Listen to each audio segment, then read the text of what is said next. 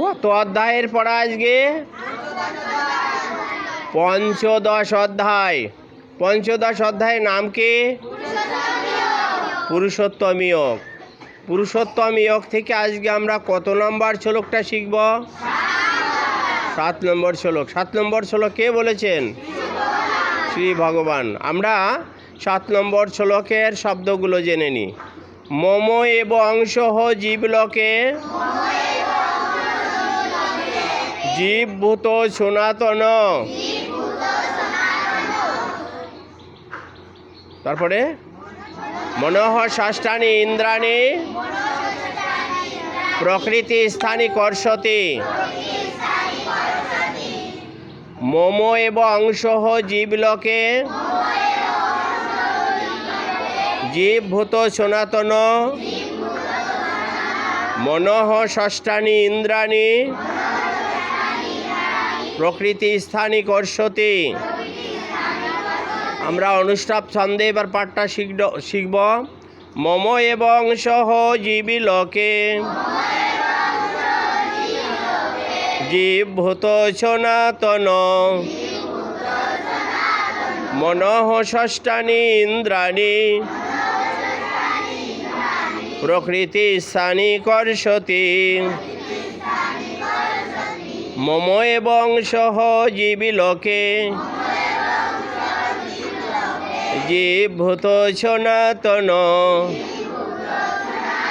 মনঃ ষষ্ঠানি ইন্দ্রাণী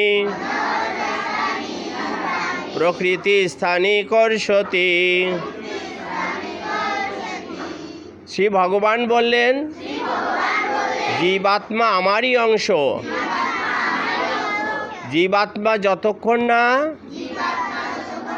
আমাতে পৌঁছাবে ততক্ষণ তার পুনর্জন্ম হবে।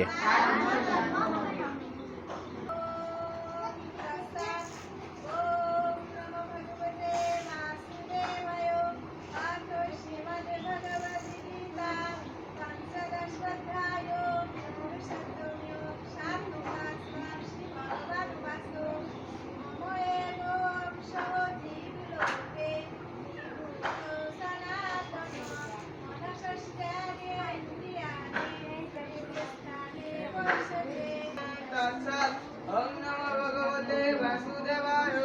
अथ श्रीमद् भगवद गीता पंचदश अध्याय पुरुषोत्तम योग 7 नंबर श्लोक। श्री भगवान वासो मम एवांशो जीवलोके जीवभूत सनातन।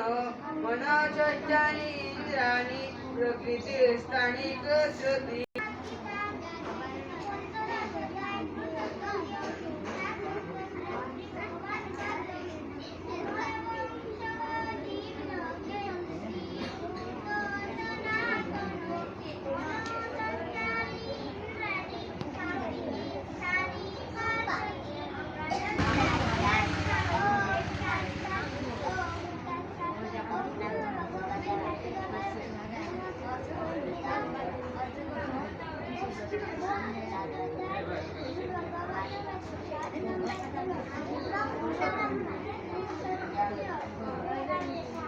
মমৈব অংশঃ জীব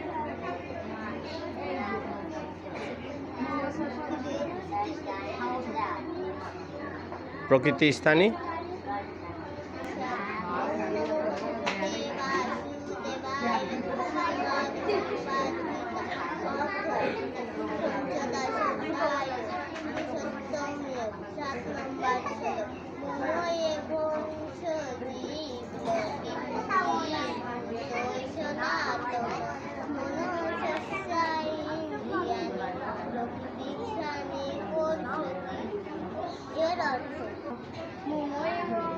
জীবলোকে জীবভূত সনাতন। মনঃ ষষ্ঠানি ইন্দ্রিয়াণি প্রকৃতি স্থানে কর্ষতি।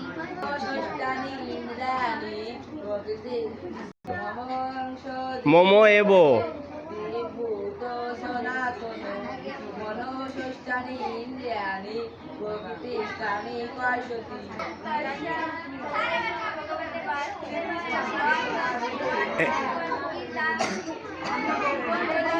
এ কথায় যাচ্ছে।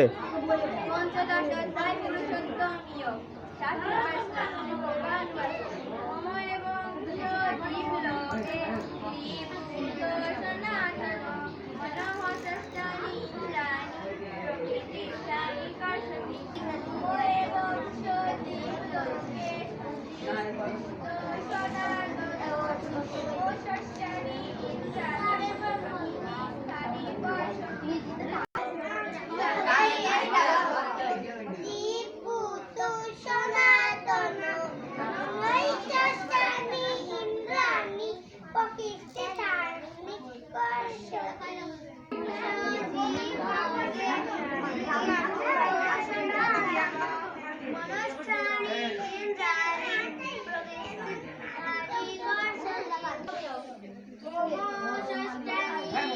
মময়েব।